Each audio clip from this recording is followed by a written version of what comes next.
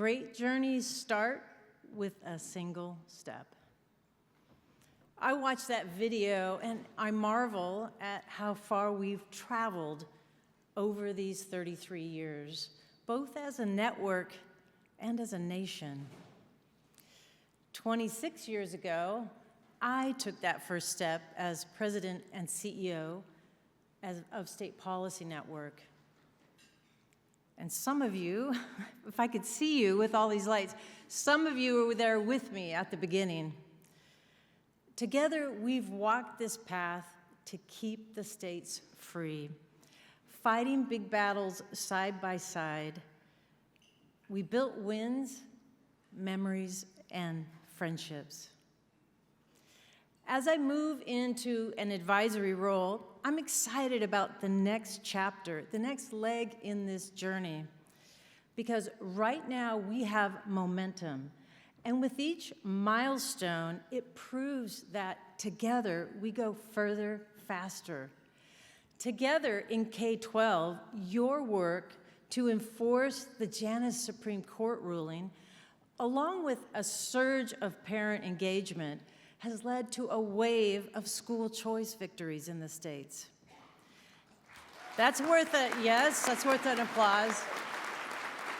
Together in energy policy, nuclear is going mainstream as more states adopt it as clean energy. And those peers, our affiliates and their allies along the eastern seaboard, were responsible for stopping the unreliable and expensive wind projects, for which we are very grateful. In healthcare, 8 states now have a more expansive right to try 2.0 law.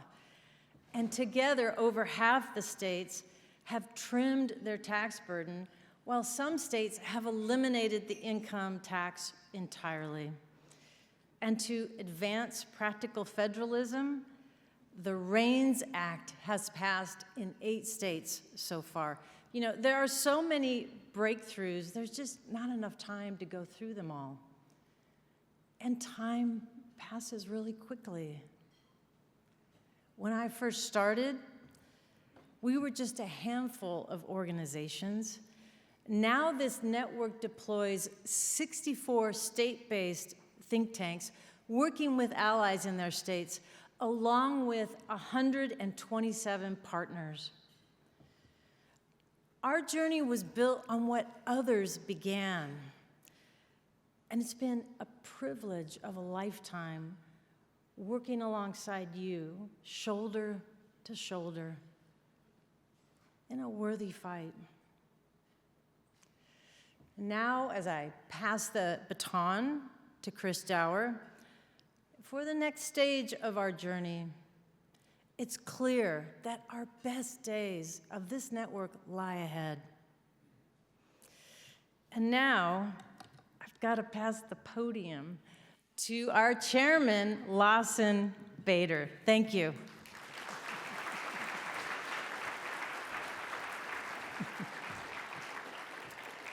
You know, before I say anything else, and this is not going to be the last time that I or any of us have said these words, but thank you, Tracy.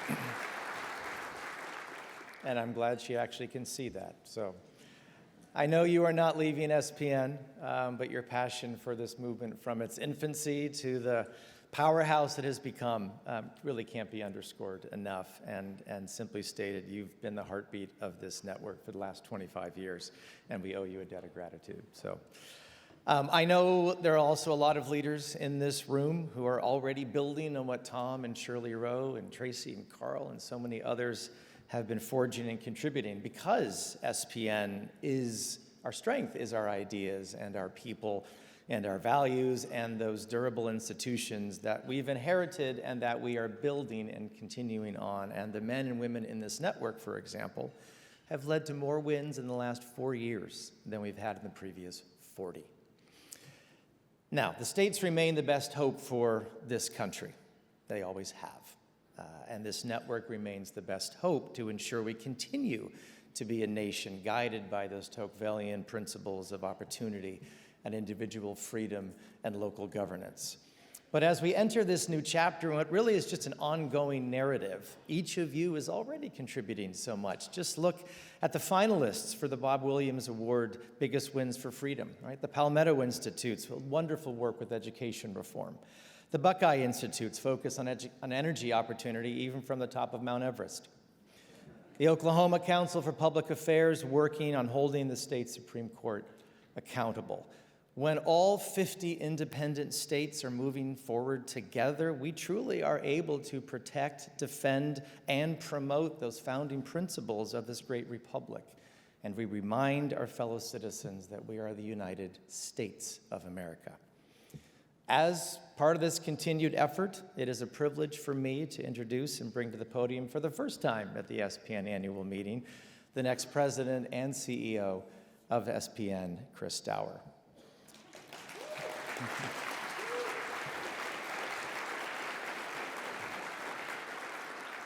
Chris comes to us from the Hoover Institution at Stanford University, where he's been the Chief Operating Officer and Chief Program Advancement Officer, at least for another 4.5 weeks. He has played an important role of Hoover's growth over these years, but previously he also spent 2 decades in venture capital, helping to manage multiple technology startups, which if you ask him about it, you may be here a very long time, all of which he was successful in having acquired. You know, his commitment to the principles of a nation governed by federalism, his depth of experience managing high-performance teams, both in the think tank and the for-profit entities, his humble and collegial style of working with very disparate stakeholders led to a unanimous vote by the SPN Board to bring him in as Tracy's successor. However, to all the Chicagoans out there, hear this. The White Sox and the Bears may have a patron saint in the new Bishop of Rome. Although, as my son Philip said, it's fascinating that somebody who grew up as a White Sox and Bears fan could actually believe in a loving God.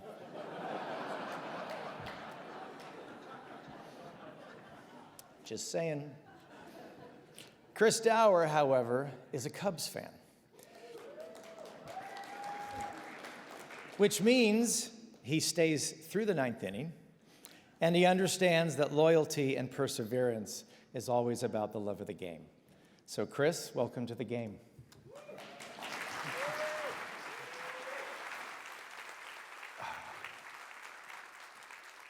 Thank you, Lawson. I'd like to caution you that Chicago Cubs fans have very long memories.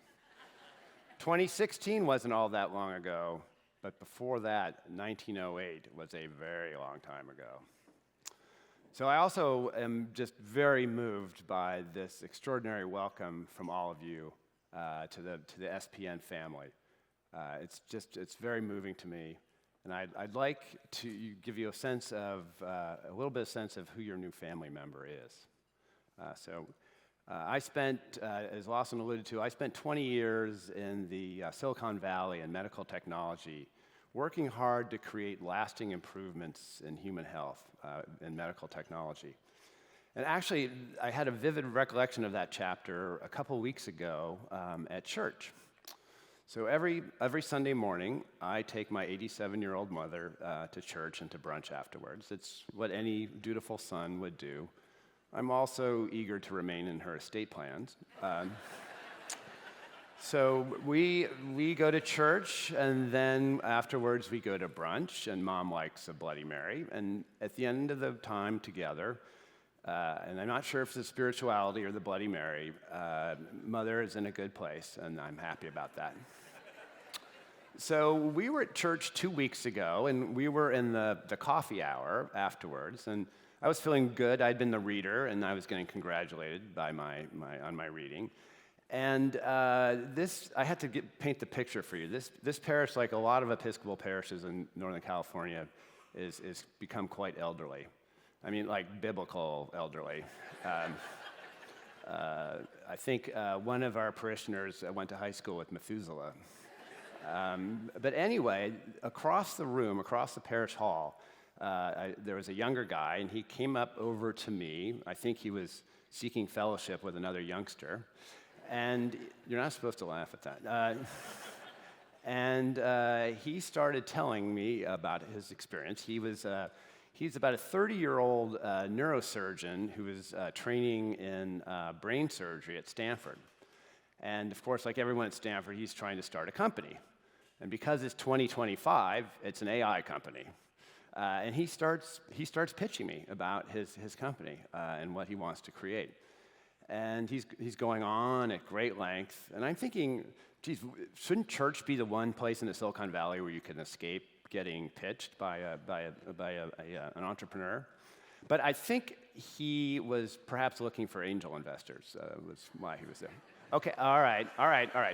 That is a dad joke, and I plead guilty to fatherhood. But anyway, he told me that he asked me what I did, and I finally let him know that I had been in medical technology, and he asked where, and I said, well, the first company we came up with a product to stop bleeding in surgery, and he said, oh, FlowSeal? And I said, yes, FlowSeal.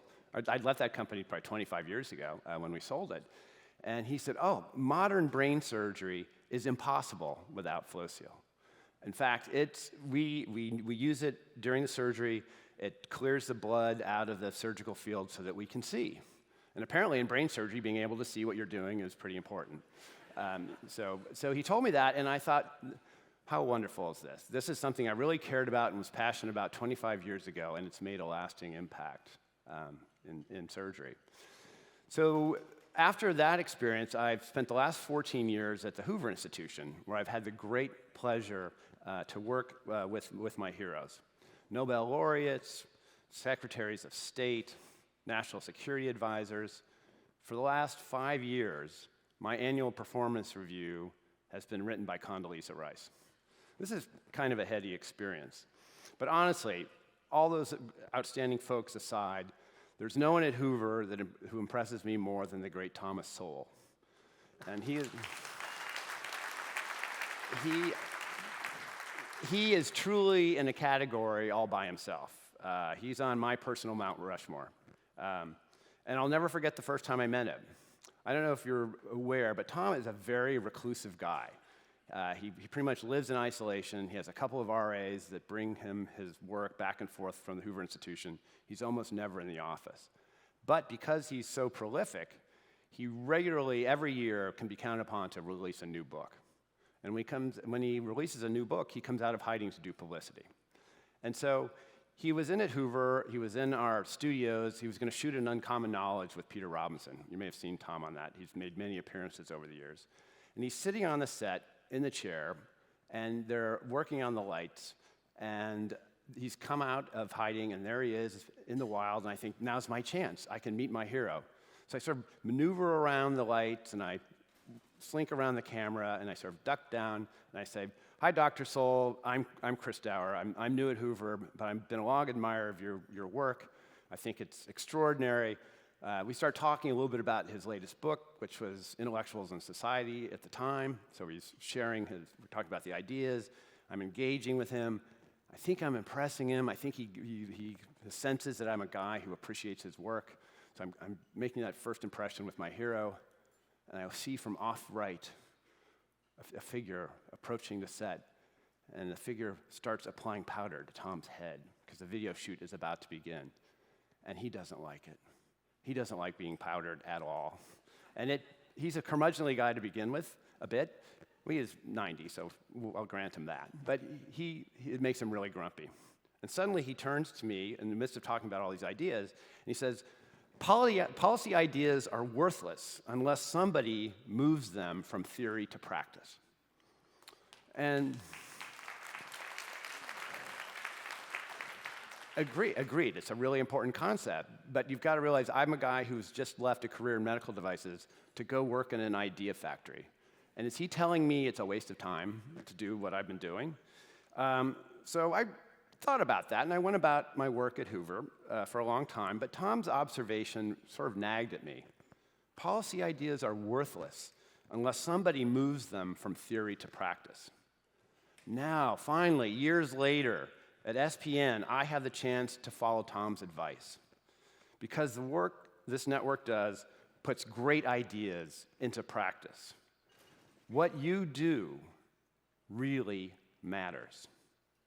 You make Tom Sowell's vision a reality.